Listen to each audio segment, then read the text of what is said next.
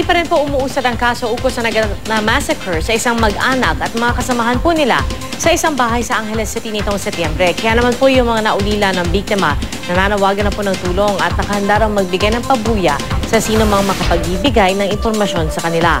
Balita hatid ni Emil Sumangil.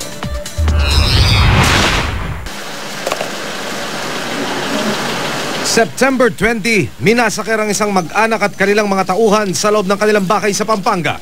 Pawang kinakitaan ng tig-iisang tama ng bala sa ulo ang mag-asawang negosyante na sina Nicolas at Corazon Edeher, anak na si Kenneth, pamangkin na si Nelson Dominico at mga kasambahay na sina Teresita Lansangan, Benigno Villanueva at isang alias Kaykay.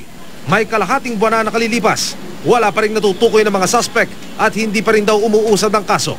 Kaya dumulog na sa NBI sa tulong ng VACC ang mga naulila ng mga biktima, kasama ang 16 na taong gulang na dalagita at 10 taong gulang na batang lalaki na mga anak ng mag-asawang Edeher. Hindi na damay ang mga bata dahil nasa paaralan pa sila ng maganapang massacre. Nakikiusap po kami sa mga kapitbahay po ng Edeher, dyan siya po sa Angeles City, na kung pwede po itulungan ninyo po ang kababayan ninyo. Wala pa raw nakakalap na matitibay na ebidensya ang pulisya dahil bukod sa walang lumulutang na testigo, tinangay ng mga suspect ang CCTV camera, pati na ang memory nito mula sa bahay ng mga Edeher. Kaya ang pamilya nag-alok na ng 2 milyong pisong pabuya sa sino mang makakatulong upang maresolba ang kaso. Meron silang suspects, yung dating nagtatrabaho, dalawa yung dating nagtatrabaho para doon sa mga family na parehong inalis. Humiling na rin ngayon ng dagdag na proteksyon sa mga otoridad ang mga naulilang anak ng mag-asawa.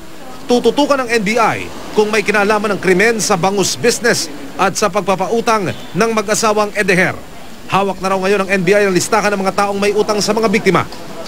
We just received the request and we have created a team to look into this. Isinasantabi na ng mga otoridad ang motibong robbery dahil intact daw ang pera sa bahay. Nakikipag-ugnayan na rin ang mga naulila sa isang lumutang na tao na nagsasabing may alam siya sa krimen. Dahil daw galit sila doon sa taong suspect ngayon dahil hindi sila binayaran ng buo. Emil Sumangil, GMA News.